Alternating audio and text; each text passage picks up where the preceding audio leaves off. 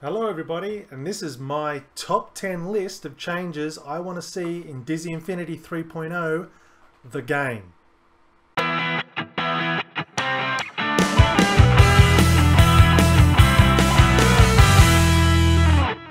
Okay, so I've decided to reboot my top 10. I did do a top 10 video last year now, and after further reflection, I decided that I wanted to do a proper top 10 video where I go through the full list of 10 for each Disney Infinity 3.0 the game, and I will do a separate video for a top 10 list of changes I want to see in Disney Infinity 3.0 the toy box. And I will create a link somewhere up here or something for you to click on to go see that video. But this one particularly is about the game.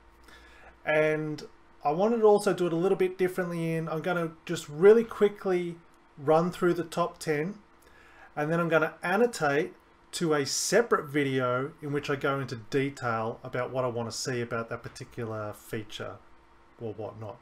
And that's how it's going to work. But then, just like last year's video, for each of those videos I want you to leave a comment underneath so that we can discuss those comments and further thoughts in the appropriate episode of the Inside Infinity podcast, which you can subscribe to by clicking here now.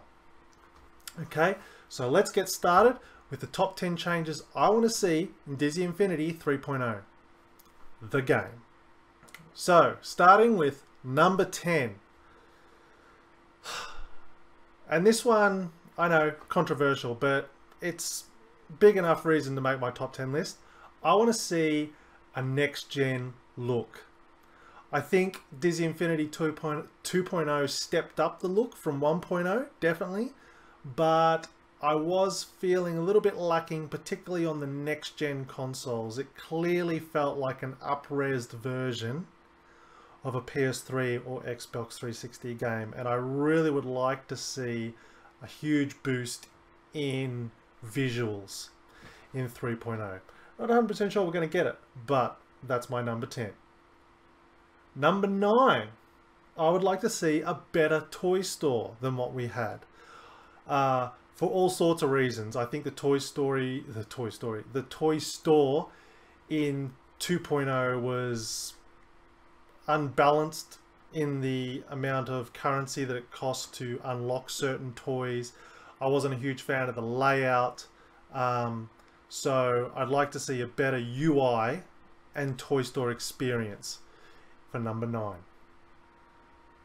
Number 8, I would like to see a greater link between the playsets and the toy box. What I mean by that is I'd like to be able to see something in a playset in action and be able to go, oh cool, I look forward to using that in my toy box.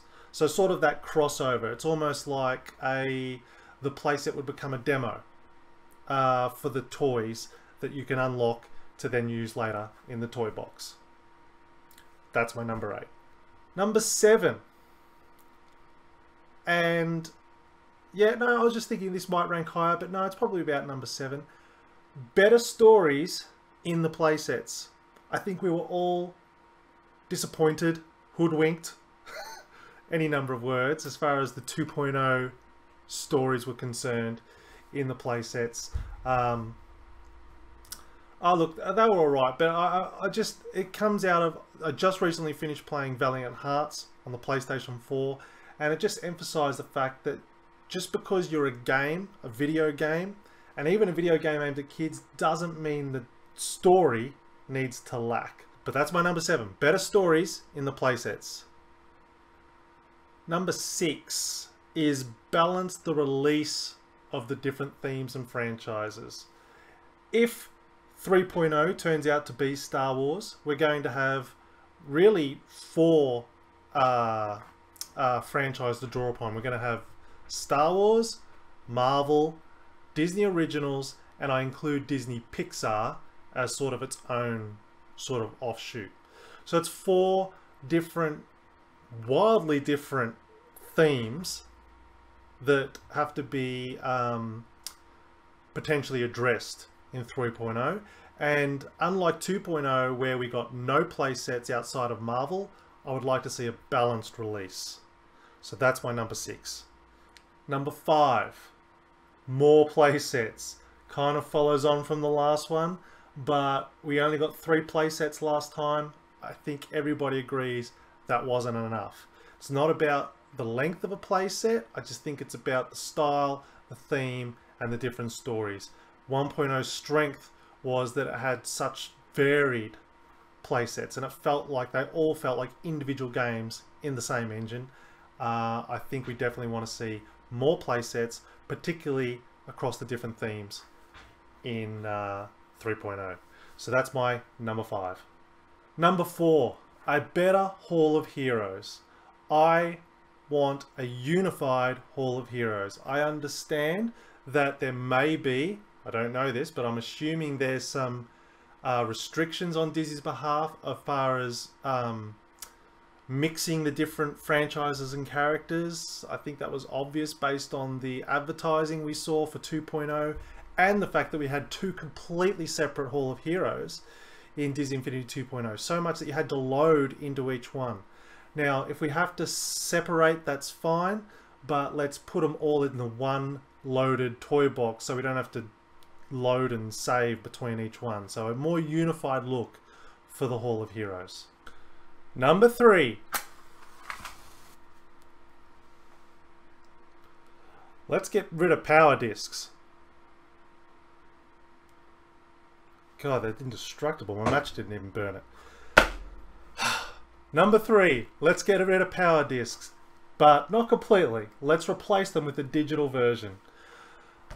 I'm fine with having these things, I really am, but I think having the option to use digital versions of these is the way to go. This one's quite a lengthy topic. Make sure to check out the annotated video for a lengthy discussion about what I think we need to do with power discs. But ultimately, my number 3, get rid of them. Number 2, and this is a bit weird, left of field, but I've said it in my last 1.0 top 10 list that I wanted to see in 2.0 and didn't get it, so I'm going to repeat it here. I want to see a more persistent world in 3.0, like Animal Crossing, but just a unified place where all your characters can mingle, and it just adds an element of bringing life to your toys, as if they're existing in this world inside your console or PC or iPad, whatever it is that you're using. But yeah, I think this is also a deep topic that warrants a good look at this other video. Make sure to watch it. And yeah, but number 2, create a persistent world for my Disney Infinity characters to live in.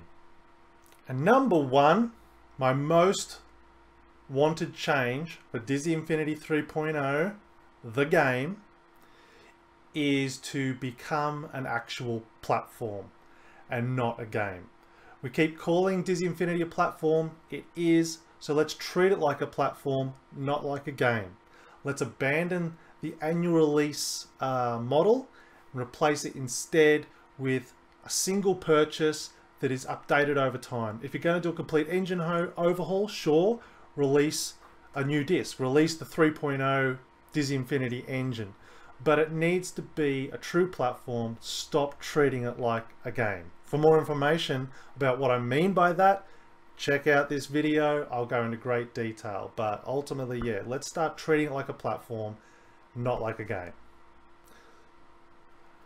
Okay, so that's my top 10 list for changes I want to see in Disney Infinity 3.0, the game. My next top 10 list is going to be the top 10 changes I want to see in the toy box. Again, click over here if you want to see that video. And I look forward to talking to you about it then. Please remember that I want to hear what your thoughts are on my ideas for the game. If there's anything that I haven't mentioned that you would like to see in the game, not the toy box, just the game, let me know in the comments on this video if there's anything you think I missed out on. If you want to comment on any one of the top 10 that I've mentioned, place those comments in the individual videos that I annotated, and we will discuss those in coming episodes of the Inside Infinity podcast. So thank you. I look forward to finding out how many of these make it into 3.0, and we'll certainly do an update video when it comes out to let you know how I went with my top 10 changes.